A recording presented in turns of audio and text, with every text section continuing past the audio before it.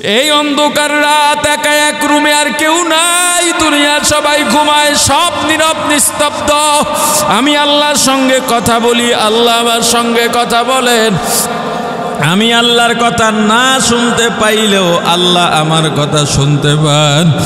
এরপরে আল্লাহকে একেবারে হাজির নাজির যেন মনে করো, একেবারে সাথে আছেন আমার আল্লাহ, একদম সাথে। নাহনু আকরাবু ইলাইহি মিন হাবলিল ওয়ারিদ। আল্লাহ আমার সাথে আছে, দূরে নেই, একদম কাছে। এত কাছে আল্লাহর যাইতে পারি না। দুনিয়ার কোনো মাসগালাত নাই। এবার একটু জিকিরে মন দাও, মনটা লাগায়া আল্লাহকে ডাকো, যতক্ষণ পারো ডাকো, ডাকতেই থাকো, ডাকতেই থাকো। আর মনে মনে ফরিয়াদ করো, চোখের পানি ছেড়ে কাঁদো। কত মর্তবা, যত পারো বেশি মর্তবা দরুদ শরীফ পড়ো। এরপরে দুইটা হাত আল্লাহর দরবারে উঠায়া চোখের পানি ছেড়ে দাও। আমার আল্লাহ, জীবনে এত গুনাহ করছি, এই গুনার কোনো শেষ নেই। আমার মালিক, দুনিয়ার মানুষ যদি আমার গুনার খবর জানতো, এত সম্মান দিত না, আমার দিকে ফিরেও তাকাইতো না। বরং ঘৃণায় ক্ষোভে আমাকে বের করে দিক এলাকা ছাড়া করতো, আমাকে পাথর মারতো, আমার গলায় রশি লাগাইয়া রাস্তায় রাস্তায় টানতো। কুকুর বিড়ালের মতো আমার দেহটাকে ওই জঙ্গলের মধ্যে ফালায় দিয়ে আসতো। আহারে আল্লাহ, আপনি দয়া যেহেতু করেছেন, মায়া করেছেন, আমাকে যেহেতু আপনি সম্মানের সাথে বাঁচায় রাখছেন, আমার গুনাহ যেহেতু প্রকাশ করেন না, আজকে এই গভীর রাতে কেউ নাই আল্লাহ, আমার গুনার জন্য আমি অনুতপ্ত। আপনার রহমতের দরজায় আসছি, আপনার রহমতের দরজা থেকে আমাকে তাড়াইয়া দিয়েন না। আপনি যদি তাড়াইয়া দেন, আমার যাওয়ার জায়গা নাই। বসো, জিকিরে বসো। এরপরে জিকিরের মাঝেই মুরাকাবা করো, কবরের মুরাকাবা করো, জাহান্নামের মুরাকাবা করো, মনে করো মৃত্যুর মুরাকাবা করো। যখন মৃত্যুর মুরাকাবা করবা, মনে করবা আমি মৃত, দেখবা নিজের লাশ নিজের সামনে দেখতে চেষ্টা করবা। আহারে আমি মারা গেলাম, আমার স্ত্রী, আমার সন্তান, আমার ভাই বোন, মা বাবা, এত আপন সবাই তো আমার থেকে দূরে সরে গেল। সবাই কান্নাকাটি করে আমার জন্য, ঠিক, তবে আমাকে কেউ দুনিয়াতে রাখতে চায় না। সবাই বিদায় দেওয়ার আয়োজন করতেছে। কেউ বাঁশ কাটে, কেউ কবর করে, কেউ গোসল করায়, কেউ কাফন পড়ায়। আহারে আমার লাশের মাথার পাশে বসে সন্তান কাঁদে, আমার মা ঘরের দরজায় দাঁড়ায় আমার দিকে তাকায়া তাকায়া কাঁদে, আমার বাবা আমার পাশে দাঁড়ায়া দাঁড়ায়া কাঁদেন। আমি জবাব দিতে পারি না। আমার লাশ খাটে উঠাইয়া জানাজা পড়াইয়া কবরের দিকে নিয়ে যায়। ওরে আমার ভাই, তোমার হাতে পায়ে ধরে পড়ে চক্ষু বন্ধ করে মাঝে মাঝে চিন্তা করবা, মৃত্যু তো হবেই, মৃত্যু তো হবেই, মরণ আসবেই। কেমন হবে, হঠাৎ তো মৃত্যু এসে পড়বে, কি হবে জানি না। এই হাঁটা চলা করি, এর মাঝেই যদি আজরাইল এসে যায়, ওই আজরাইল কেমন তাও জানি না। ওই কবরে কেমনে থাকব রে, কেউ পায় হবে আমার মরণে,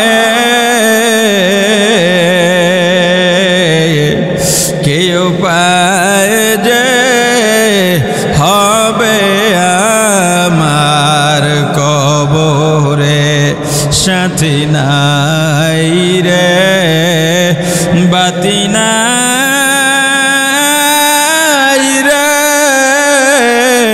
কবর রে কেমনে থাকব অন্ধকার কবরে কেমনে থাকব অন্ধকার কবরে আমার লাশ নিয়ে কবরের পাশে রাখল দুইজন লাফাইয়া কবরে নেমে গেছে আমার কোমরে গামছা লাগাইয়া দুই পাশ দিয়ে দুইজনে ধরছে পায় মাথায় দুইজনে ধরছে কবরের মধ্যে আমাকে রাখতেছি কবরে রেখে আমার মাথার মুষ্টি খুলে পায়ের বন্ধন খুলে দুজন লাফ মেরে উঠে গেছে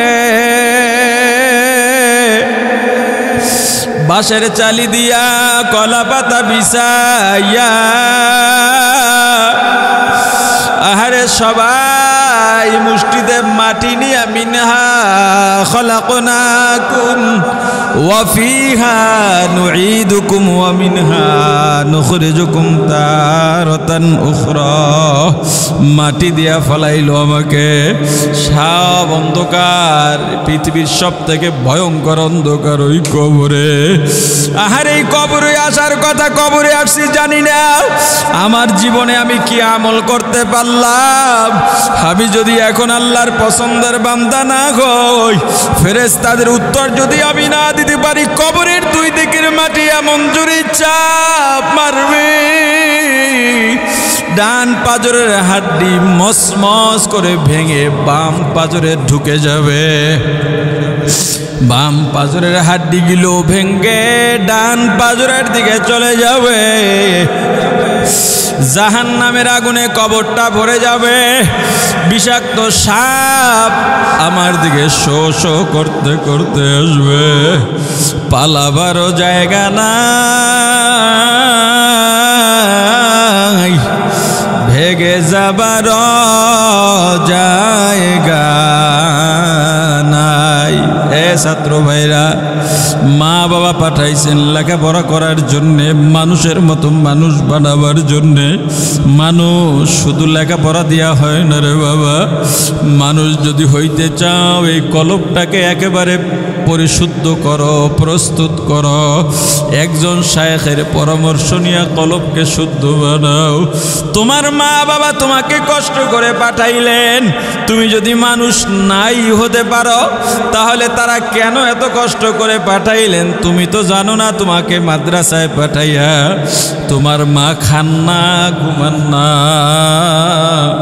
তোমার বাবা খান না ঘুমান না যত কাজবাজ করুক না কেন ওই মাঝে মাঝে তোমার কথা মনে পড়ে তোমার মা গভীর রাতে তোমার জন্য কাঁদে আর তাহাজ্জুদ পড়ে দোয়া করে তোমার বাড়িতে মেহমান গেল তাদেরকে ভালো ভালো খাবার পাকাইয়া মজাদার পিঠা বানাইয়া ভাগ করে দেন তুমি তো জানো না কিন্তু তোমার মা মুখে দেন না কারণ তুমি মাদ্রাসায় আসো কি খাও কেমনে চলো তোমার মা এই চিন্তায় শুকাইয়া যায় তুমি বন্ধের পর বাড়িতে যখন যাও দেখবা তোমার মায়ের চোখের নিচে কালো দাগ পড়ে গেছে তোমার মা শুকাইয়া গেছে কারণ জানো আদরের ধন আহারে তোমাকে দূরে পাঠাইয়া এই যে মা বাবা এত কষ্ট করলেন কেন তোমাকে মানুষ বানাবার জন্যে মানুষ মানুষের মতো মানুষ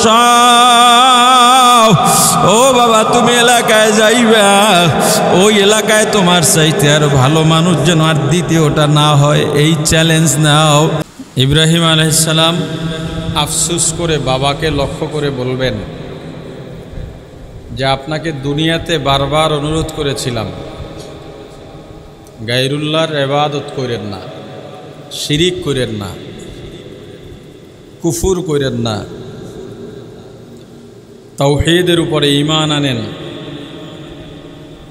একত্ববাদের উপরে ঈমান আনেন কিন্তু আপনি আমার কথা শোনেন নাই মানেন নাই তখন তার বাবা বলবে আজকে তুমি যা বলবা আমি তা মানব হযরত ইব্রাহিম আলাইহিস সালাম আল্লাহর কাছে গিয়ে বলবেন আল্লাহ আপনি আমাকে প্রতিশ্রুতি দিয়েছিলেন আমাকে লাঞ্ছিত করবেন না অপমানিত করবেন না। আমার বাবা আজকে যে অবস্থায় আছে তাতে সে জাহান্নামী। আমার বাবা যদি আজকে জাহান্নামে যায় আমার অপমান হবে। আল্লাহ জবাবে বলবেন, আমি কোনো কাফের বেদিনকে জান্নাত দেব না।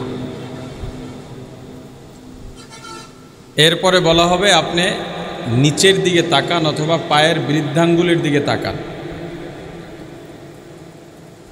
পয়গম্বর নিচের দিকে তাকাবেন, তিনি দেখতে পাবেন তার বাবাকে হাতে পায়ে জাহান্নামের শিকল লাগিয়ে টেনে হেঁচড়ে জাহান্নামের দিকে নেওয়া হচ্ছে ক্ষত বিক্ষত অবস্থায়।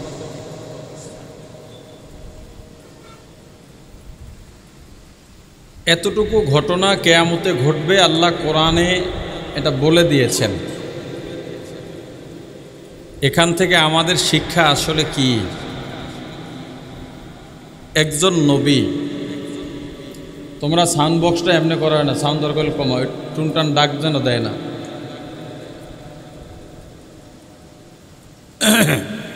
এমনিই থাক বাস।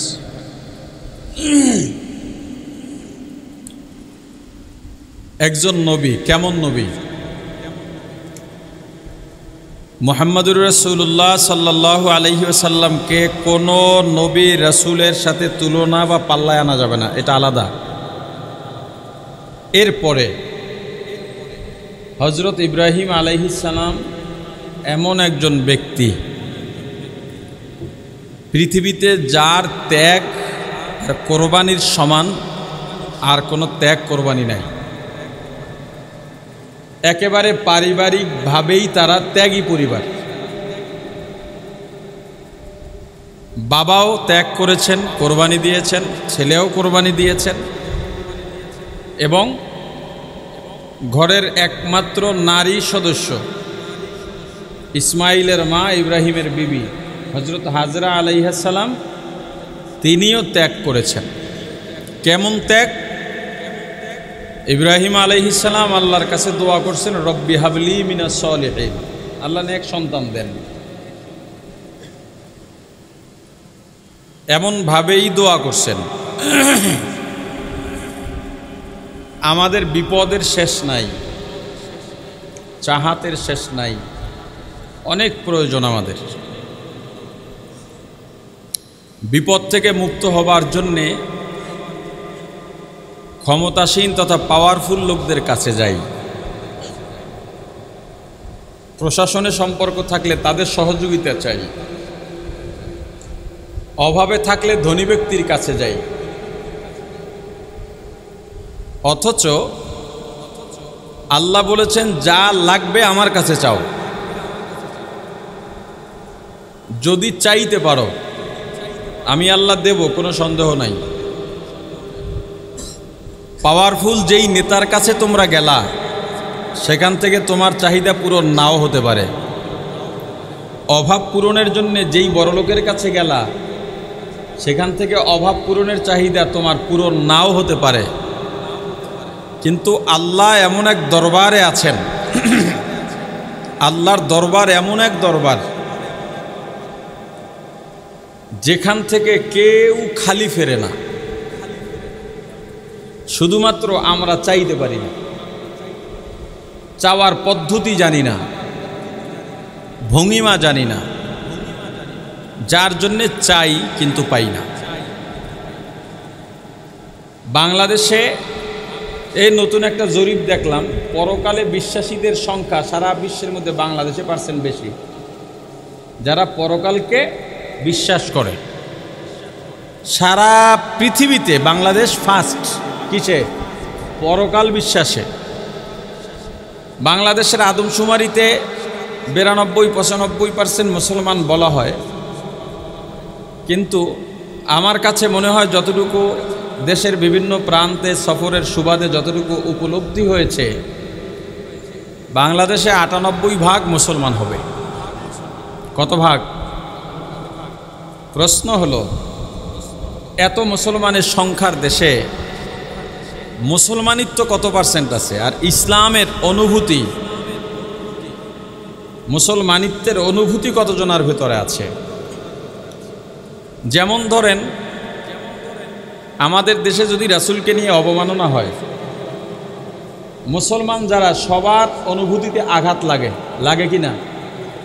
কেন লাগে? রাসূলকে ভালোবাসি, এই অনুভূতিটা আমার ভেতরে আছে যে আমার রাসূলের অবমাননা এটা আমি সইতে পারি না, তাতে আমি যেই দলই করি। আপনি দেখবেন রাসূলের অবমাননার ক্ষেত্রে প্রতিবাদে যদি মিছিল হয়, ওই মিছিলে বেনামাজি মুসলমানও আছে, কথা বলে না। ওই মিছিলে জিকির করে না, রোজা রাখে না, কিন্তু সে মুসলমান, এমন মুসলমানও যোগদান করে। আওয়ামী লীগ বিএনপির লোকজনও যোগদান করে। কেন? রাসূলের ভালোবাসা এবং সেই অনুভূতিটা তার ভিতরে আছে। কিন্তু সার্বিকভাবে একজন মুসলমান যেই গুণাবলীর কারণে মুসলমান হবে, যেই গুণাবলী তার ভিতরে থাকা আবশ্যক, এমন অনুভূতি সম্পন্ন মুসলমানিত্ব বাংলাদেশে কত পার্সেন্ট আছে? আমরা ইসলাম বলতে কি বুঝি, মুসলমান বলতে বা মুসলমানিত্ব বলতে কি বুঝি? আমাদের আশেপাশে বহু মসজিদ আছে, এই মসজিদে নিয়মিত নামাজির সংখ্যা খুব কম নয়। আপনি দেখেন এশার নামাজে মসজিদ ভরে যায়, মাগরিবের নামাজে ভরে যায়, আসরের নামাজে মসজিদ ভরে যায়, ফজর আর জোহরে কিছু কম হয়। হয়তো ফজরে উঠতে কেউ দেরি করে, বাসায় পড়ে ফেলে, জোহরে কাজবাজ করতে করতে দেরি হয়ে যায়, বাসায় পড়ে ফেলে। কিন্তু এই যে মসজিদের নামাজে আসে, মসজিদ এলাকার এক দোকানদার নামাজে যায় 5 ওয়াক্ত, দোকান বন্ধ করেই নামাজে যায়, নামাজ থেকে বের হয়ে আবার দোকানে বসে। এই দোকানদার নামাজি কি মনে করে? আমি সফল হয়ে গেছি, মনে করে যে আমার মুসলমানিত্বের যে হক সেটা আদায় হয়ে গেছে। আসলে একজন মুসলমান হবার জন্যে কি কি দরকার? শুধু নামাজ পড়লেই সে মুসলমান বলে না। একজন মুসলমানের জিন্দেগি থাকবে রাসূলের আদর্শে মোড়ানো, এর বাইরে সে যেতে পারবে না। মুসলমান 5 ওয়াক্ত নামাজ পড়ে ঠিক, কিন্তু দৈনিক দরুদ শরীফ কতবার পড়ছে জিজ্ঞেস করেন? বছরে কতবার সে দরুদ পড়লো জিজ্ঞেস করেন? কতবার তাসবিহ পড়লো, জিকির করলো জিজ্ঞেস করেন? খানা খাওয়ার তরিকাটা সুন্নত তরিকা সে জানে কিনা জিজ্ঞেস করেন? ইস্তেঞ্জায় যাওয়া আসার যেই তরিকা আছে সুন্নত তরিকা, এটা জানে কিনা জিজ্ঞেস করেন? দোয়া পড়া জানে কিনা জিজ্ঞেস করেন? শোবার সময় কিভাবে শুইতে হয়, কোন দোয়া পড়তে হয় জানে কিনা জিজ্ঞেস করেন? ঘুম থেকে জাগবার নিয়ম আছে, সুন্নত তরিকা আছে, এমনকি পোশাক পরবার ক্ষেত্রেও সুন্নত তরিকা আছে না নাই? একজন মুসলমানের ভিতরে এই সম্পূর্ণ আমলগুলো যতক্ষণ না আসবে, রাসূলের তরিকা সম্পূর্ণ যতক্ষণ বিরাজ না করবে, ততক্ষণ সে মুসলমানিত্বের ভিতরে পড়েই না। এখন এগুলো কেন করে না? ওই যে অনুভূতি নাই, ধর্মীয় অনুভূতি বা স্পিরিট তার ভিতরে নাই। নামাজ পড়লো ঠিক আছে, দোকানে গিয়েই মিথ্যা বলা শুরু করে। রুটির মেয়াদ 2 দিন এক্সপায়ার হয়ে গেছে, আপনি বলেন রুটি কোন দিনের, বলবে এখন দিয়ে গেছে, অথচ সে মাত্র নামাজ পড়ে এসেছে। রুটি ধরে দেখলেন শক্ত হয়ে গেছে, আপনি যদি বলেন ভাই রুটি তো শক্ত, তখন আপনাকে ধমক দিয়া বলবে মিয়া শীতের দিন মানুষ যায় শক্ত হইয়া পড়ে আছে রুটি। কারণ তার ভিতরে এই সত্য মিথ্যার বা এই প্রতারণার যেই ভয়াবহতা, পরকালীন শাস্তি কিংবা এটার অনুভূতি তার ভেতরে নাই। ফলে আমরা আল্লাহর কাছে যেভাবে চাইতে পারি না। এজন্যেই ইমাম সাহেব ফরজ নামাজের পরে, ফরজ নামাজের সালাম ফিরাবার পরে যদি মোনাজাত না দেয়, ওই মুসলমানেরা তখন মনে করে দিন সব শেষ। কথা বুঝেন নাই? মোনাজাত না দিলে কি মনে করে? দিন শেষ, ইসলাম শেষ, এই হুজুরের পিছে নামাজও হবে না, কারণ ওই মুসলমানেরা মনে করে আল্লাহর কাছে চাইতে বলছেন। ওলামায়ে কেরাম পীর মাশায়েখ বুজুর্গানে দিন এটা বলেন যে আল্লাহর কাছে চাও, তো ওই সময় চায়, মনে করছে যে এই চাওয়াই শেষ। আর হুজুরে হাত উঠাবে, আমরাও হাত উঠাবো, এতেই সব কবুল হয়ে যাবে। কেন এটা মনে করে? ভেতরে অনুভূতিটা নাই। আবার অনেকে দেখবেন হুজুর বসে আছে, মোনাজাত দেয় নাই, উনি মোনাজাতের আশায় বসে আছে, মোনাজাত শেষ হবে তারপর সে সুন্নতে দাঁড়াবে অথবা কাজে বের হবে। এই যে ত্রুটি মানুষের মাঝে, এটা কি কারণে? ভেতরে তার ধর্মীয় জ্ঞান নাই, অনুভূতিও নাই। এরকম রন্ধ্রে রন্ধ্রে আমাদের অপরাধ, গুনাহ, অন্যায় জড়িয়ে আছে। আল্লাহর কাছে যেভাবে চাওয়া দরকার চাইতে পারি না। চাইলে আল্লাহ দেন না, কে বলছেন? আপনি চান আল্লাহর কাছে, কোন সময় চাইবেন? রাত গভীর হয়েছে, আপনি ওঠেন, যত কষ্ট হোক আপনি নফসের সঙ্গে চ্যালেঞ্জ করেন যে যত বাধা হোক আজকে দেখবো যে আমার চাহিদার শক্তি বেশি না আমার খাহেসাতের শক্তি বেশি। আমাকে যতই বাধা দিক, ইবলিস যতই আমাকে ফিরায় রাখুক, আমি আজকে রাতে উঠবই, আমি 2 রাকাত নামাজ পড়বই, আমি অন্তত আধা ঘন্টা আল্লাহকে ডাকবই। এরপরে আপনি মন থেকে আল্লাহকে চান, আল্লাহর কাছে চান, চাওয়া শুরু করেন। আজকে রাতেই এটা ট্রাই করেন, মন ভরে চান, কান্নাকাটি করেন। আপনার জীবনের সেরা রাত মনে হবে আজকের রাত। অন্যায়ের জন্যে অনুতপ্ত হয়ে কান্না, এটা পৃথিবীর সবচেয়ে মজাদার দৃশ্য, মজাদার অনুভূতি। গুনায় অনুতপ্ত হইয়া কান্নার ভিতরে আলাদা মজা আছে, প্রশান্তি আছে। আপনি যখন এই স্টেজটা শুরু করবেন, এই স্টেজে দাঁড়াবেন, তখন আপনার কাছে মনে হবে আমার জীবনটা বৃথা, এতদিন আমি কিছুই করতে পারিনি। নিজের গুনাহগুলো নিজের ভিতরে ভেসে উঠবে, আমি এতদিন এই অন্যায়গুলো করছি, আমার এর থেকে ফেরা দরকার। যখনই আপনি একটা একটা গুনাহ ছাড়তে শুরু করবেন, একটা একটা আমল নতুন করে করতে শুরু করবেন, আপনার ভেতরটাকে আপনার আস্তে আস্তে পবিত্র মনে হতে শুরু করবে যে না আমি পবিত্র হচ্ছি। সেই অনুভূতি, আপনি যদি মরিচ আর পান্তা ভাতও খান তবু আপনার ভিতরে শান্তি বিরাজ করবে। কিন্তু আপনার আমল নাই, অন্যায় করছেন, তওবা নাই, জিকির আজকার নাই, দরুদ ইস্তেগফার নাই, তেলাওয়াত নাই। আপনার কলব তখন মরা থাকে, নিঃসন্দেহে মরা থাকে, নিঃসন্দেহে মরা থাকে। ওই শুকনা মরুভূমিমূলক কলব, ওই কলব আপনাকে আর শান্তিতে বাঁচতে দেয় না। আপনি যেখানে বসেন ভালো লাগে না, খানা খাইতে যান ভালো লাগে না, আপনার কোনো বিপদ নাই, শত্রু নাই, অর্থের অভাব নাই, কোনো কিছুর অভাব নাই, কিন্তু তবু আপনার শান্তি নেই। শুধু শুধু দেখবেন আপনার একটা অশান্তি, একটা পেরেশানি আপনার ভিতরে লেগে আছে, মনে হয় জানি আমার কি জানি হচ্ছে। এটা স্রেফ এই কলবকে আবাদ না করার কারণে। জুনায়েদ জামশেদ রহিমাহুল্লাহ, নাম শুনেছেন, নিশ্চয়ই শুনেছেন। তিনি যখন গান গাইতেন, অঢেল সম্পত্তির মালিক ছিলেন। পাকিস্তানের তবলিগের অন্যতম মুরব্বী তারিক জামিল হাফিজাহুল্লাহ, তার কাছে গেছেন, হুজুর আমি শান্তি পাই না, আমার কোনো কিছুর অভাব নাই, কিন্তু আমি শান্তি পাই না এবং আমার ঘুম আসে না। তো হযরত জিজ্ঞেস করলেন, আপনি কি মোটেও ঘুমান না? বলে ঘুমাই, ওষুধ খেয়ে খেয়ে 1-2 ঘন্টা আমি ঘুমাই। হযরত বললেন না, ওটাও আপনার ঘুম হয় নাই, ওষুধ খাওয়ার কারণে আপনি অচেতন হয়ে আছেন,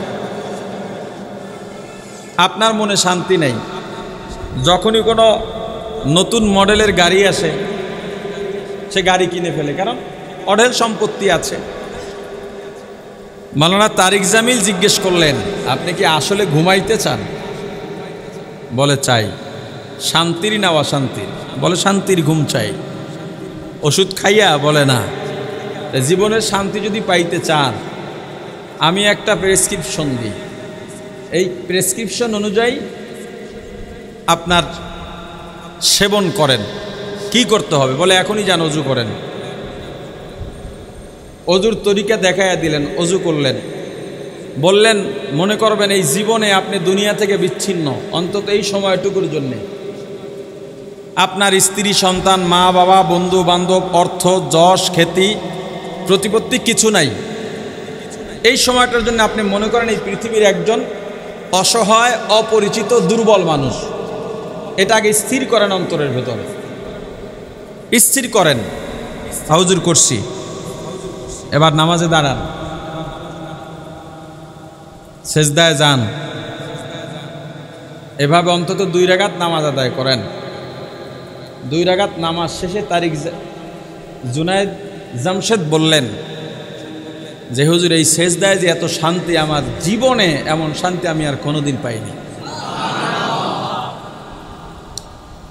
আল্লাহর কাছে চাইতে হবে তো ওইভাবে, যখন চাইবেন তখন আপনাকে পৃথিবীর সবচেয়ে দুর্বল মনে করতে হবে, পৃথিবীর সবচেয়ে বড় অপরাধী মনে করতে হবে, স্বীকার করতে হবে আল্লাহ পৃথিবীর সব থেকে আমি বড় অপরাধী।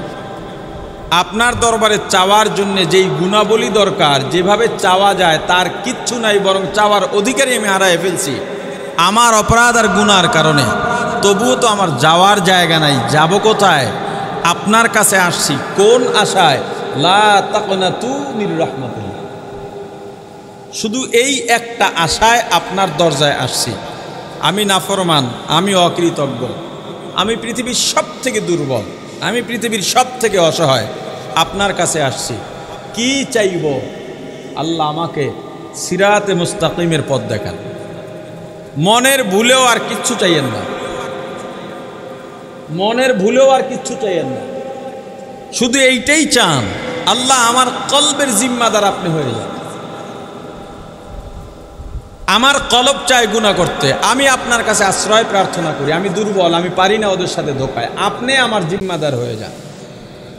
আপনি যখন সিরাতে মুস্তাকিম চাইবেন, অন্য সব এমনি এমনিই সলভ হয়ে যাবে ইনশাআল্লাহ। পয়গম্বর চাইলেন, বয়স হয়ে গেছে 80-90, আল্লাহ আমাকে নেক সন্তান দেন। আল্লাহ বললেন ফাবাশশারনাহু বিগুলামিন হালিম, ধৈর্যশীল নেক সন্তানের সুসংবাদ দিলেন। সন্তান হলো, এত বয়সে সন্তান হয়েছে, মায়াটা একটু বেশি। আল্লাহ বললেন ইব্রাহিম, মায়া কি আমার থেকে সন্তানের প্রতি বেশি নাকি?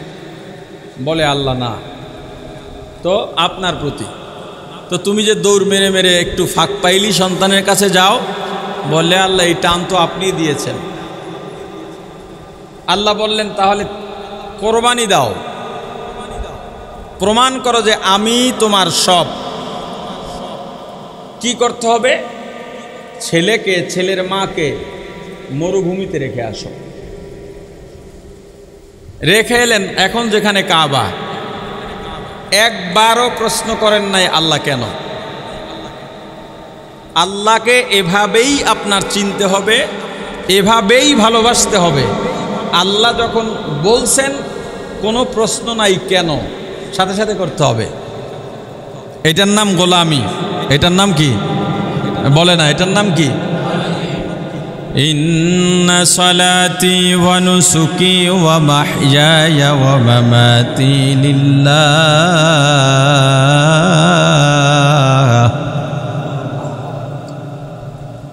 ওয়া মাহইয়ায়া ওয়া মামাতি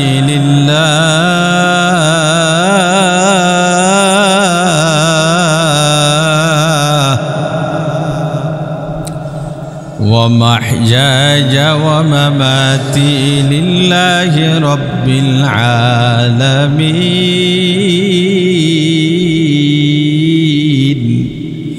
مسلماني بود گردن نهادن عنان خود بدست خازدادان। এমন ভাবে আল্লাহর গোলামি করো, তুমি যদি মুসলমান হও আর তোমার ভিতরে ধর্মীয় অনুভূতি থাকে, তুমি যদি আল্লাহকে তোমার মনিব মেনে নাও, যদি তুমি নিজেকে আল্লাহর গোলাম মেনে নাও, তাহলে তোমার বাক্য, তোমার স্লোগান, তোমার গান, তোমার ছন্দ হবে আল্লাহ। আমার জীবন, আমার মরণ, আমার নামাজ, আমার রোজা, আমার কোরবানি, আমার তাকওয়া, আমার পরহেজগারি, আমার সংসার, আমার ব্যয়, আমার আয়, আমার রাজনীতি, আমার বন্ধুত্ব, আমার শত্রুতা সব হবে কার জন্যে? এর বাইরে যাওয়ার সুযোগ নাই। পয়গম্বর ইব্রাহিম আলাইহিস সালাম একবারও প্রশ্ন করলেন না আল্লাহ কেন? আল্লাহ বলছেন সঙ্গে সঙ্গে, বাইতুল্লাহ যেখানে আছে ওখানে হযরত হাজরা আলাইহিস সালাম আর নিজের শিশুপুত্র ইসমাইলকে রেখে এলেন। রেখে যখন রওনা দিয়েছেন, হযরত হাজরা আলাইহিস সালাম ডাক দিলেন, স্বামী আমার, অল্প কয়টা খেজুর আর পানি দিয়ে গেলেন। ছোট্ট শিশু বাচ্চা, আমি কেমনে কি করব জানি না, কতদিন পরে আসবেন, কেনই বা মরুভূমিতে রাখলেন তাও কিছু বলে গেলেন না। ইব্রাহিম আলাইহিস সালাম মনের ব্যাকুলতায় পিছনের দিকে ফিরে তাকাবেন, আল্লাহ বলে দিলেন, ইব্রাহিম পেছনের দিকেও ফিরে তাকানো যাবে না। পয়গম্বর রওনা দিলেন। পেছন থেকে হাজরা ডেকে বলেন, স্বামী আমার, আমাকে এখানে রেখে যাওয়া যদি আল্লাহর পক্ষ থেকে হুকুম হয় তাতে আমার কোনো আপত্তি নাই। এভাবে থাকতেছে, থাকতে থাকতে কোনোদিন প্রশ্ন করেন নাই, আল্লাহ আমার ইসমাইল কোথায়? হযরত ইসমাইল আলাইহিস সালাম যখন বালেগ হয়ে গেলেন, তখন আল্লাহ প্রশ্ন করলেন, ইব্রাহিম, এত বছর হয়ে গেল, এই ছেলেকে কি দেখতে মনে চায় না? বলে, আল্লাহ মনে চায়। তাহলে একবারও তো মাঝে বললা না, আল্লাহ ইসমাইল কেমন আছে, ওর মা কেমন আছে? বলে, আল্লাহ আমার অন্তরে আপনি আছেন, আপনার বাইরে অন্য কাউকে অন্তরে ঢুকাইতে পারি না, যার জন্যে প্রশ্ন করি নাই। আল্লাহ বলেন, তাহলে দেখতে চাও? বলে, দেখতে চাই। তাহলে যাও দেখো, তবে গিয়া দেখবা, সাথে নিয়ে জব দিয়া দিবা। কেমন পরীক্ষা এটা? কি বললেন? দেখো, কিন্তু কি করতে হবে? জব করে দিতে হবে। পয়গম্বর গেলেন, ছেলেকে ডাকলেন, ইয়া বুনাইয়া ইন্নী আরা ফিল মানাম আন্নী আযবাহুকা ফানজুর মাযা তারা। ছেলেকে ডেকেছেন, ডেকে বললেন, বাবা আমি স্বপ্নে দেখেছি তোমাকে জবাই করতেছি, বলো এ ব্যাপারে তোমার মতামত কি? এবার ছেলের কোরবানি। ছেলে বাবাকে বললেন, বাবা ইফআল, আপনি করেন, মা তোমার যে ব্যাপারে আপনি আদিষ্টিত হয়েছেন, অর্থাৎ আপনাকে যা হুকুম করা হয়েছে, অর্থাৎ আপনি আমাকে জবাই করে ফেলেন। একটা ত্যাগী পরিবার, এমন ত্যাগী পরিবারের প্রধান ব্যক্তি হলেন হযরত ইব্রাহিম আলাইহিস সালাম। তার নিজের বাবাকেও কিয়ামতের ময়দানে বাঁচাইতে পারেন নাই। পারছেন? আরে বলে না। মুহাম্মদুর রাসূলুল্লাহ সাল্লাল্লাহু আলাইহি ওয়াসাল্লাম নিজের মেয়ে ফাতেমাকে বলেন, ফাতেমা, তুমি কবরে গিয়া যদি বলো আমি আব্দুল্লাহর বেটা মুহাম্মদের কন্যা, কোনো কাজ হবে না। নিজের আমল নিজে করে যাও, নিজের আত্মা নিজে শুদ্ধ করে যাও। কবর এমন এক জায়গা, দুনিয়ার কোনো পরিচয় দিয়ে সেখানে কাজ হবে না, দুনিয়ার পদ পদবি দিয়েও কাজ হবে না, সম্মান দিয়েও কোনো কাজ হবে না। আল্লাহ বলে দিলেন, দুনিয়ার মানুষ ভালো করে শোনো, কিয়ামতের ময়দানে লা ইয়ানফা, কোনো উপকারে আসবে না, মালুন ওয়ালা বানুন, দুনিয়ার ধন সম্পদ কিয়ামতে কোনো উপকারে আসবে না। দুনিয়ায় সন্তান সন্ততি কিয়ামতের ময়দানে কোনো উপকারে আসবে না। নেতা নেত্রী সম্পদ কোনো কিছু দুনিয়ার কিয়ামতের ময়দানে উপকারে আসবে না। উপকারে আসবে একটা মাত্র জিনিস, ইল্লা মান আতাল্লাহ, যারা আমি আল্লাহর কাছে আসবে, বিকলবিন সালিম, একটা শুদ্ধ কলব নিয়া। কি নিয়ে যাবে? বলে না, শুদ্ধ কলবের দাম। এই শুদ্ধ কলবের জন্যে নবীজি দুনিয়াতে আসার পূর্বে যেই যুগটা ছিল ওই যুগকে বলা হতো আইয়ামে জাহিলিয়ার যুগ, বর্বর যুগ।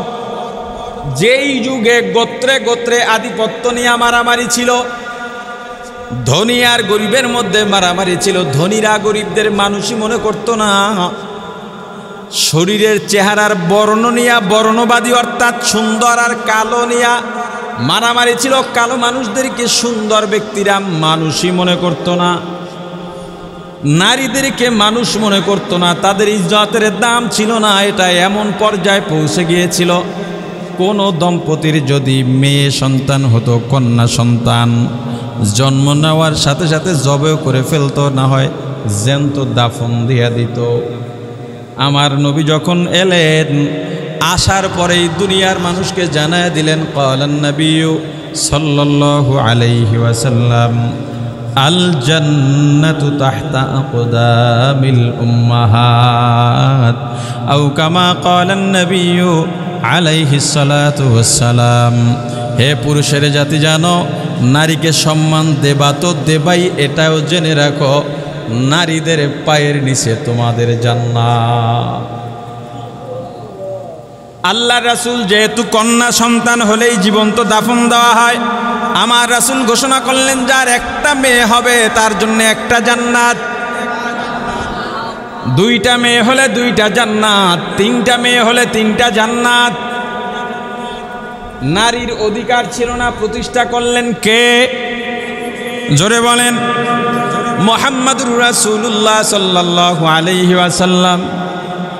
আল্লাহ রাসূল বললেন, কালো আর ধলার মধ্যে কোনো ব্যবধান নাই, ধনী গরিবের মধ্যে কোনো ব্যবধান নাই। কিয়ামতের ময়দানে সুন্দর সুন্দর চেহারা দেখে জান্নাত দেবেন, কালোদেরকে জাহান্নাম দেবেন, ব্যাপারটা এমন নয়। ধনীদেরকে জান্নাত দেবেন, গরিবদেরকে জাহান্নাম দেবেন, ব্যাপারটা এমন নয়। বরং কিয়ামতের ময়দানে আল্লাহ কালো চেহারার মানুষ বেলালকে জান্নাতে দিয়া দেবেন। আর আমার রাসূলের সমপর্যায়ের চেহারা এত সুন্দর, আবু জাহেল হবে চিরস্থায়ী জাহান্নামী। ধনী গরিবের ব্যবধান নাই, টাকাওয়ালা আর গরিবের কোনো ব্যবধান নাই। সম্মান একজন আর দুনিয়ায় আছে, ক্ষমতাও আছে, আর একজন আর ক্ষমতা নাই, এগুলোর ব্যবধান আল্লাহর কাছে নাই। যার কলব যত ভালো, যার কলব যত পরিচ্ছন্ন, আল্লাহর কাছে তার দাম তত বেশি। কেমন কলব? পরিচ্ছন্ন কলব। পরিচ্ছন্ন কলবের জন্যে সাধনা করা লাগে। এই কলবের ক্ষেত্রে কিছু হারাম কাজ আছে। আমরা নামাজ পড়ি, রোজা রাখি, সামর্থ্য থাকলে হজ করি, জাকাত দেই, উমরা করি, আরও দান সদকা করি। মনে করি এটাই বুঝি আমার সবচেয়ে বড় নেকের কাজ। না না, আমার আত্মা শুদ্ধ করা লাগবে। আত্মা শুদ্ধ করার জন্যে আত্মার কিছু হারাম কাজ আছে, এগুলো বাদ দেওয়া লাগবে। যেমন আত্মার হারাম কাজ হিংসা করা, এটা কি কথা বলে না? এটা হারাম। এই হারামটা আত্মা হিংসা, এটা জবান দিয়া হয় না, এটা ভেতরে থাকে। অহংকার, এটা হারাম। মানুষের প্রতি বিদ্বেষ রাখা হারাম। একজনকে আর একজনের কাছে খারাপ বানাইতে চাওয়া, নমিমা, এটা হারাম। একজনের দোষ আর একজনের কাছে বলা, এটা হারাম। এগুলো ভিতর থেকে বাদ না দিতে পারলে আত্মা শুদ্ধ হবে না। ওই আত্মার দাম আল্লাহর কাছে হবে না। বহু আমলদার তাহাজ্জুদ গুজারিও আছে, অহংকারে অহংকারে টইটম্বুর আছে না নাই? এই অহংকার থেকে মুক্ত থাকতে হবে। অহংকার নাই এমন মানুষ দুনিয়াতে পাওয়া যাবে না। এটা আল্লাহর সত্যগত দান, ফিতরত। অহংকার সব মানুষের মধ্যে আছে। বলে অমুক মানুষটা অহংকার নাই, নিরহংকারী, এগুলো ভুল কথা। অহংকার সবার মধ্যে আছে। যে দমাইয়া রাখতে পারে সে মানুষ, যে দমাইতে পারে না সে অমানুষ। হিংসাও সবার মাঝে আছে। যে দমাইয়া রাখতে পারে সে মানুষ, যে দমাইতে পারে না সেও মানুষ। এই ব্যাপারগুলা মনে রাখা লাগবে। অন্তরের ভিতরে এমন কিছু জিনিস ঢুকানো লাগবে। 1 নম্বরে খুলুসিয়াত, ইখলাস। এটার বিকল্প নাই। তাকওয়া, আল্লাহর ভয়। এগুলো কিভাবে অর্জন হবে? আমার কলবের গুনাহগুলো পরিষ্কার করে কিভাবে অন্তরকে পরিচ্ছন্ন করব, এরও তরিকা আছে না নাই? এইটা নিজে নিজে করা যায় না। রব্বানা ওয়াবআথ ফীহিম রাসূলাম মিনহুম ইয়াতলু আলাইহিম আয়াতিকা ওয়া ইউআল্লিমুহুমুল কিতাবা ওয়াল হিকমাতা ওয়া ইউযাক্কিহিম। পয়গম্বর ইব্রাহিম আল্লাহর কাছে দোয়া করলেন, এ আল্লাহ, তাদের মধ্য থেকে এমন একজন রসুল পাঠান, অর্থাৎ কুরাইশদের মধ্য থেকে এমন একজন রসুল পাঠান। কিছু দায়িত্বের কথা বললেন, লাস্টে বললেন ইউযাক্কিহিম। তার সামনে যেই জাতি থাকবে, ব্যক্তিবর্গ থাকবে, গোষ্ঠী থাকবে, তাদের কলবকে শুদ্ধ করে দেবেন। একটা হইল হয়ে যাওয়া, আর একটা হইল করে দেওয়া। দুইটা কি এক? লাজিম মুতাআদ্দির ব্যাপার আছে না? এইটা এখান থেকে পড়ে গেছে বাতাসে, তখন কি বলে? পড়ে গেছে। পড়ে গেছে, এজন্য কারো ফালানোর দরকার আছে? কিন্তু ফালাইয়া দিছে, তাহলে একটা লোকের দরকার আছে না নাই? আছে। কলব শুদ্ধ করে দেবেন, বলে নাই হয়ে যাবে। কি বলছে? করে দেবেন। তার মানে করার জন্য কাউকে না কাউকে লাগবে, লাগবে কি না? দেখেন আল্লাহ কি বলেন, ইয়া আইয়ুহাল্লাযীনা আমানুত্তাকুল্লাহ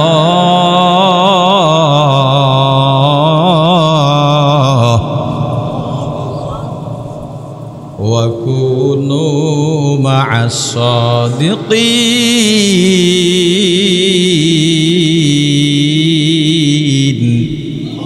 এক জমানা सोहबते बा औलिया बेहतर अज 100 साले तोअत बेरिया माइले मोमेन सोए मोमेन मिशवाद माइले काफिर सोए काफिर मिशवाद सोहबते सो लेह तोरा सोलेह कुनाद सोहबते तोले तोरा तोले कुनाद।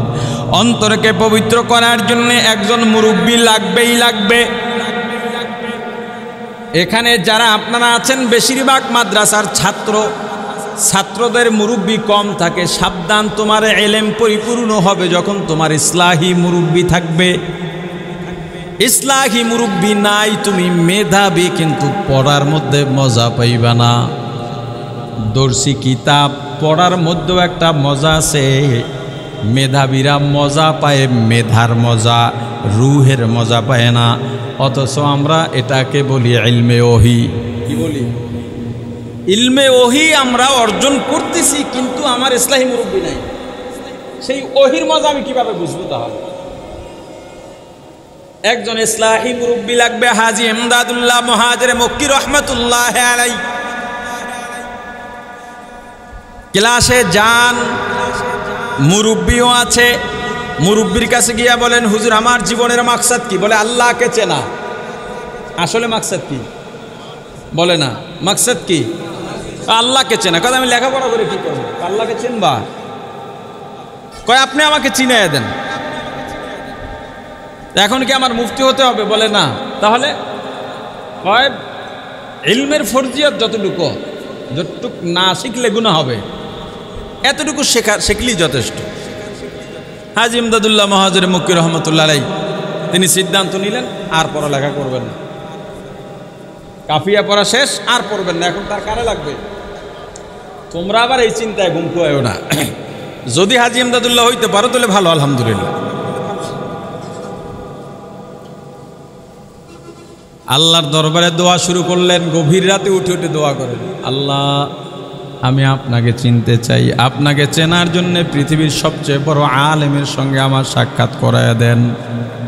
চাইতেছেন আল্লাহর কাছে যে আল্লাহ পৃথিবীর সব থেকে বড় আলেমের সাথে আমার সাক্ষাৎ ঘটায়া দেন।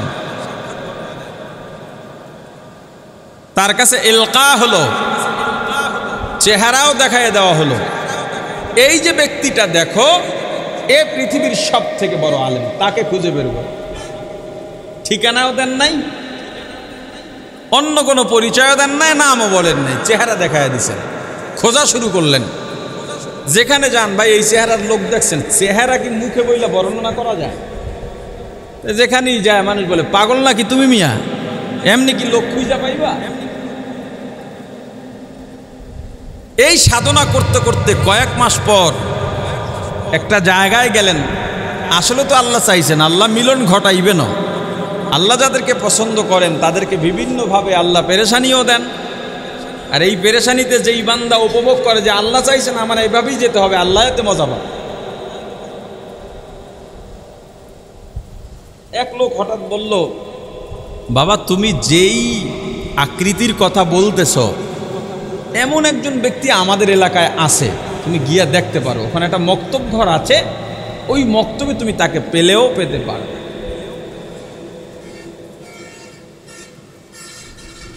উনি দ্রুত গতিতে গেলেন, গিয়া দূর থেকেই দেখতেছেন মক্তবের দরজায় কে যেন বসা আছে। তিনি যে স্বপ্নে চেহারাটা দেখছেন ওইভাবেই দেখা যায়।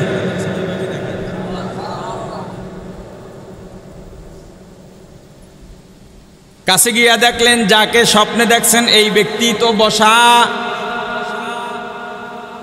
মনের আবেগ আর ধরে রাখতে পারেন নাই, চোখের পানি ছেড়ে সালাম দিলেন। যিনি বসা আছেন সালামের জবাব দিয়া, আর কোনো কথা নাই, সালামের জবাব দিয়াই বললেন, আয় বাচ্চু এতনি দের কেউ হুয়া, এত দেরি কেন হলো? আউলিয়ারা কারে উকবা ইখতিয়ার, জাহেলারা কারে দুনিয়া ইখতিয়ার। বাবা এত দেরি হলো কেন তোমার? এদিকে এক পাগল নামায় দিছেন, ওদিকে আর এক পাগলটা বইলা দিতেছে, এমদাদুল্লাহ আইতেছে, অপেক্ষা কর। বলে বাবা যেদিন থেকে জানছি তুমি আসবা সেদিন থেকে আমার ঘুম নাই, খাওয়া নাই, পথের দিকে তাকাইয়া তাকাইয়া অপেক্ষা করতে করতে সময় কাটাইতেছি। তিনি হলেন নূর মোহাম্মদ জানে জানবী রহমাতুল্লাহ আলাইহি। কিন্তু গিয়া দেখেন তিনি মক্তবে পড়ান, মনে আর মানে না। হাজী সাহেব বললেন, হুজুর আমি আল্লাহর কাছে দোয়া করছি পৃথিবীর সবচেয়ে বড় আলেম, শ্রেষ্ঠ আলেমের সাথে দেখা করেন, আপনি যদি মক্তবে পড়ান। জানজানবী রাহমাতুল্লাহি আলাইহি বললেন, তুমি কি হাদিস পড়ো নাই? ক্বালান নবী সাল্লাল্লাহু আলাইহি ওয়াসাল্লাম খায়রুকুম মান তাআল্লামাল কুরআনা ওয়া আল্লামা, আও কামা ক্বালান নবী আলাইহিস সালাতু ওয়াস সালাম। যারা কোরআন শিখান আর শেখেন পৃথিবীতে তারাই হলো শ্রেষ্ঠ। তো এখন তুমি কি করবা? আমি আল্লাহরে চাই, কয়েক কিছুদিন লেখাপড়া করো, কিতাব উল্টায় পড়া নাই। কিতাব উল্টায় যেখানে দেখেন এবারতের মধ্যে আল্লাহ আছে এই জায়গায় বইয়া থাকে। একটা সময় দেখে কিতাবের পৃষ্ঠায় আর কিছুই নাই, খোলে আর দেখে আল্লাহ লেখা, আল্লাহ লেখা, আল্লাহ লেখা। এই যে চাওয়াটা আমার আত্মশুদ্ধির জন্য, আমার আল্লাহর কাছে চাইতে হবে, আল্লাহ আমাকে আপনি মাফ করেন, আমার ভেতরে নামাজের মজাটা লাগাইয়া দেন, জিকিরের মজা লাগাইয়া দেন, দরুদের মজা লাগাইয়া দেন। মন থেকে চান, চাইতে থাকেন, কান্নাকাটি করেন, আল্লাহ দেবেন। আপনি উপলব্ধি করবেন যে আল্লাহ আমার কথা শুনছেন, এটা আপনি উপলব্ধি করতে পারবেন নিঃসন্দেহে। এখন উনি কিতাব উল্টায় আর দেখে আল্লাহ। হযরত ইব্রাহিম আলাইহিস সালাম বাসায় বসা, হঠাৎ করে রাস্তার মধ্যে শব্দ পাইলেন, কে যেন দরজার সামনে এসে বলেন, আল্লাহ করিম।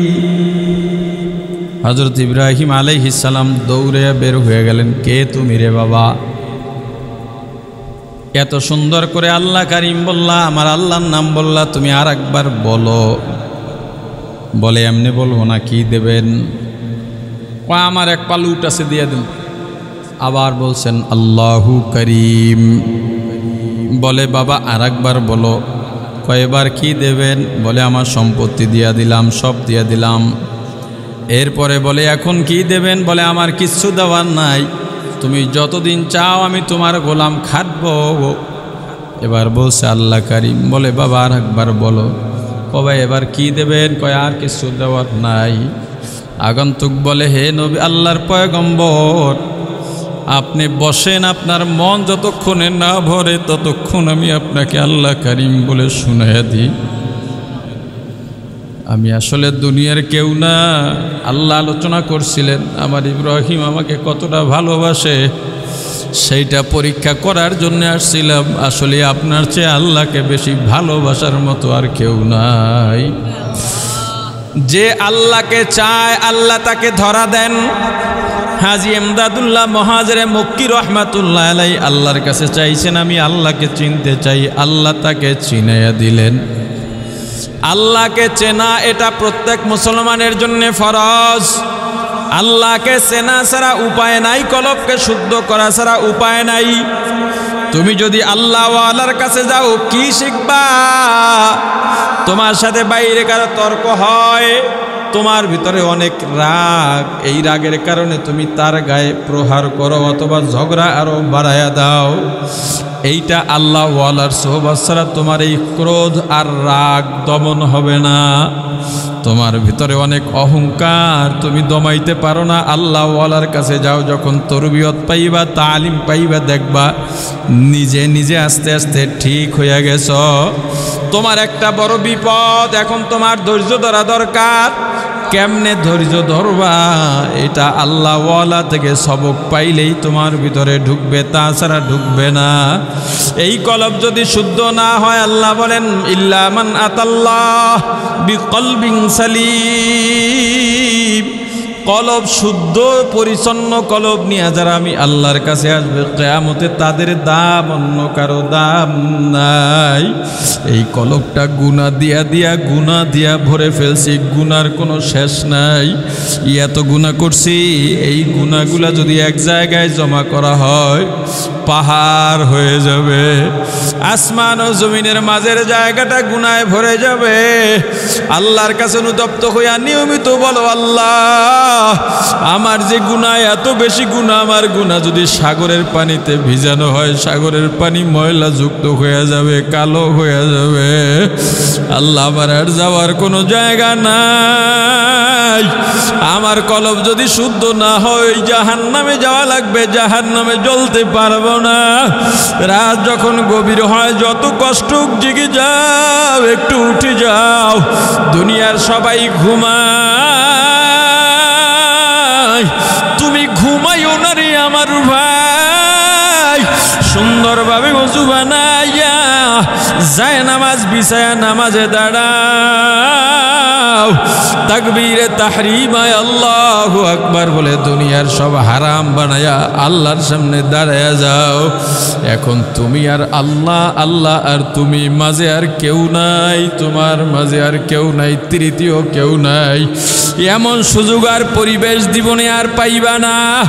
দাঁড়ায় আল্লাহর কাছে তুমি সানা আউযু বিল্লাহ বিসমিল্লাহ পড়ার পরেই ফরিয়াদ শুরু করো, আলহামদুলিল্লাহি রাব্বিল আলামিন আর রহমানির রহিম মালিকি ইয়াউমিদ্দিন ইয়্যাকা না'বুদু ওয়া ইয়্যাকা নাস্তাঈন ইহদিনাস সিরাতাল মুস্তাকিম। নামাজ আদায় করো, 2 রাকাত পারো, 4 রাকাত পারো, 6 রাকাত পারো, 8 রাকাত পারো, 2 রাকাত করে নামাজ পড়ে একটু বসো। এরপরে একটু তেলাওয়াত করো, মনটা লাগাইয়া তেলাওয়াত করো।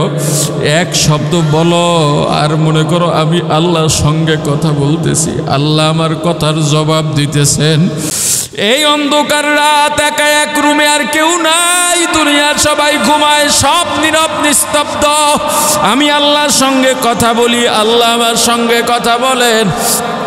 আমি আল্লাহর কথা না শুনতে পাইলেও আল্লাহ আমার কথা শুনতে পান।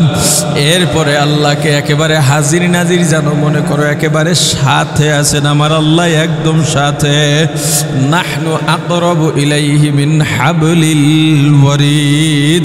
আল্লাহ আমার সাথে আছে, দূরে নেই, একদম কাছে। এত কাছে আল্লাহর যাইতে পারি না।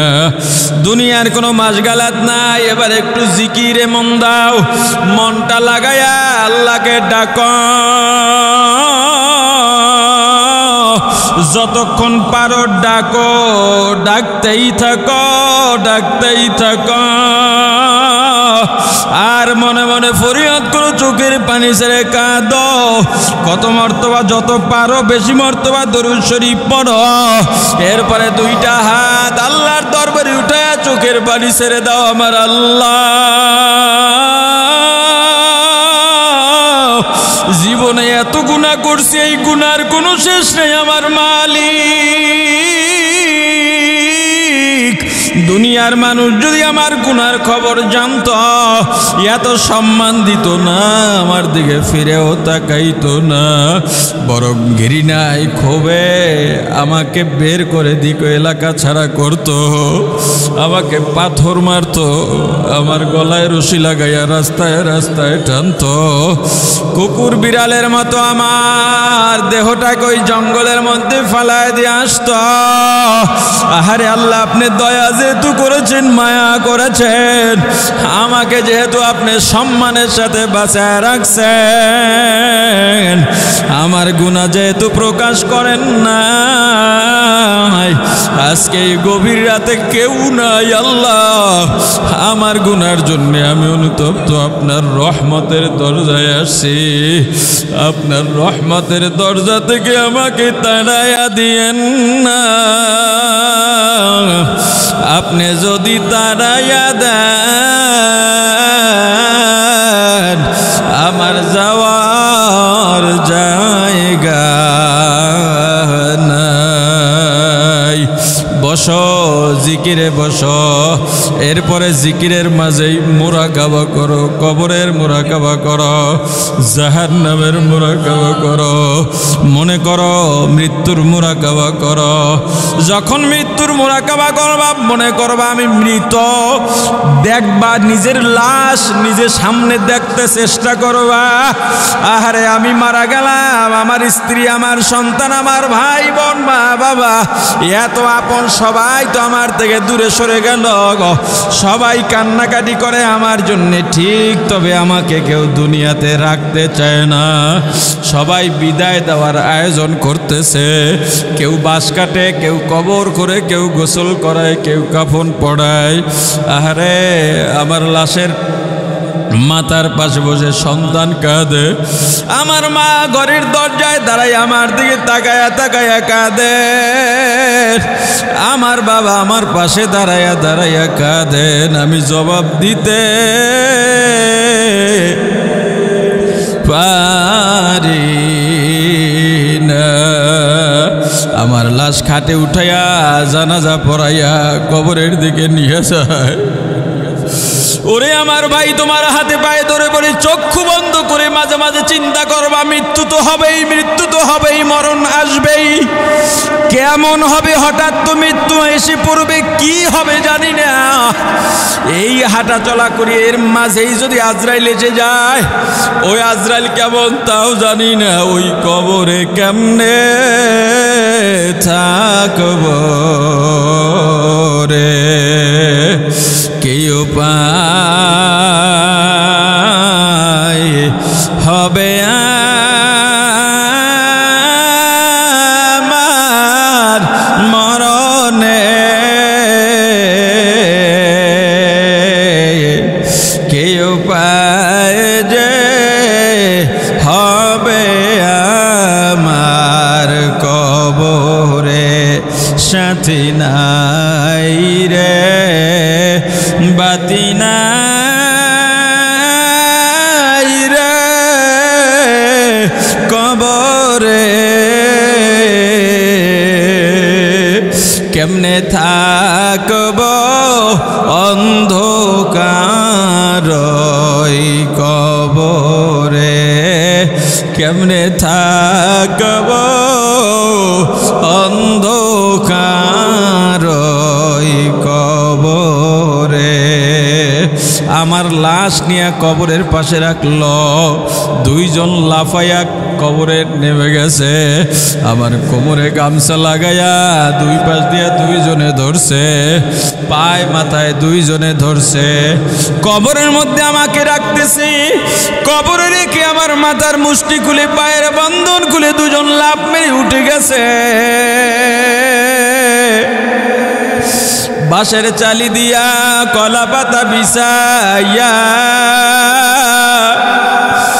আহারে সবাই মুষ্টিতে মাটি নিয়া মিনহা খলাকনাকুম ওয়া ফিহা নুঈদুকুম ওয়া মিনহা নুখরিজুকুম তারাতান উখরা।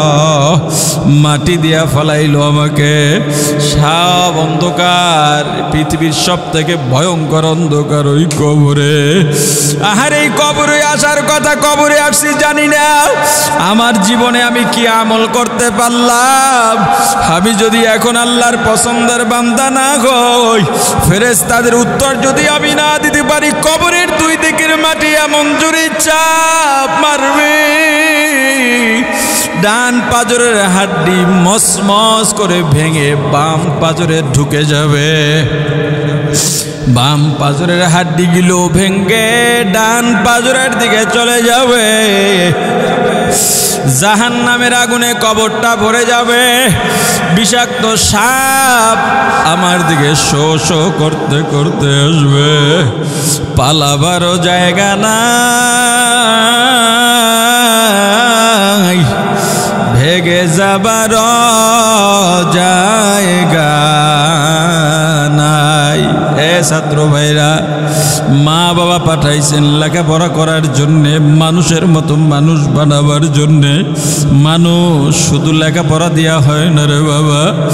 মানুষ যদি হইতে চাও, এই কলবটাকে একেবারে পরিশুদ্ধ করো, প্রস্তুত করো। একজন শায়েখের পরামর্শ নিয়ে কলবকে শুদ্ধ বানাও। তোমার মা বাবা তোমাকে কষ্ট করে পাঠাইলেন।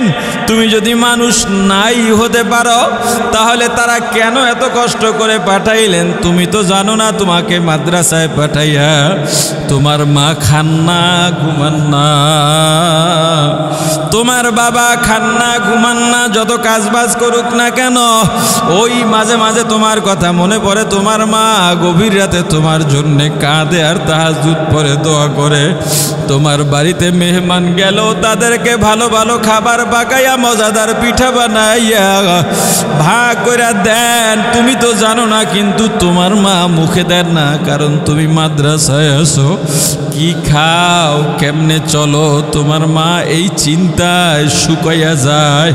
তুমি বন্ধের পর বাড়িতে যখন যাও, দেখবা তোমার মায়ের চোখের নিচে কালো দাগ পড়ে গেছে, তোমার মা শুকাইয়া গেছে। কারণ জানো, আদরের ধন। আহারে, তোমাকে দূরে পাঠাইয়া এই যে মা বাবা এত কষ্ট করলেন কেন? তোমাকে মানুষ বানাবার জন্যে। মানুষ হও, মানুষের মতো মানুষ হও। ও বাবা, তুমি এলাকায় যাইবা, ওই এলাকায় তোমার চাইতে আর ভালো মানুষ যেন আর দ্বিতীয়টা না হয়, এই চ্যালেঞ্জ নাও, এই সংকল্পবদ্ধ হও। আল্লাহর কাছে বলো, আল্লাহ আমি যেন এলাকার বাতি হয়ে যাইতে পারি। আল্লাহ আমি যেন এলাকার মানুষগুলোকে দিনের পথে নিয়ে আসতে পারি। আল্লাহ আমার বিনয় এমনভাবে বাড়ায়া দেন, আমার ভিতরে এমনভাবে ভদ্রতা দিয়া দেন, আমার বিনয় আমার ভদ্রতা দেখে এলাকার মানুষগুলো যেন প্রভাবিত হয়ে যায়। ও বাবা, কলবটাকে শুদ্ধ বানাবার জন্যে তোমরা মুরব্বি বানায় নাও। যাকে পছন্দ হয়, যারা আমল ভালো, এমন দেখে একজন মুরব্বি বানাও। এখন তো আমাদের কাছেই তো শায়েখে যাত্রাবাড়ি আছেন, তার কাছে বায়াত হও, মুরব্বি বানায় নাও। কি আমল দেয়, এই আমলগুলো করো। মিথ্যা ছেড়ে দাও, গীবত ছেড়ে দাও। খবরদার, এটা কঠিন, গীবত ছাড়া কঠিন। গীবত শুনবাও না, গীবত বলবাও না। গীবত তোমার কলবের সব নেক আমল জ্বালাইয়া পোড়াইয়া ছারখার করে দেবে। আল্লাহ আমাদের কলবকে শুদ্ধ বানাবার তৌফিক দিয়া দেন। আল্লাহ এমন একজন মুরব্বি মুরব্বী আমাদেরকে সিলেক্ট করার তৌফিক দান, যার মাধ্যমে আমরা আত্মশুদ্ধি করতে পারি। আল্লাহ আমাদের গুনাহগুলা মাফ করে দেন। যতটুকু আলোচনা করেছে, আলোচনায় যত ভুল আমার পক্ষ থেকে, যত ভালো আল্লাহর পক্ষ থেকে, আমার ভুলগুলো শুধরাইয়া আল্লাহর ভালোগুলো গ্রহণ করার তৌফিক দান করেন।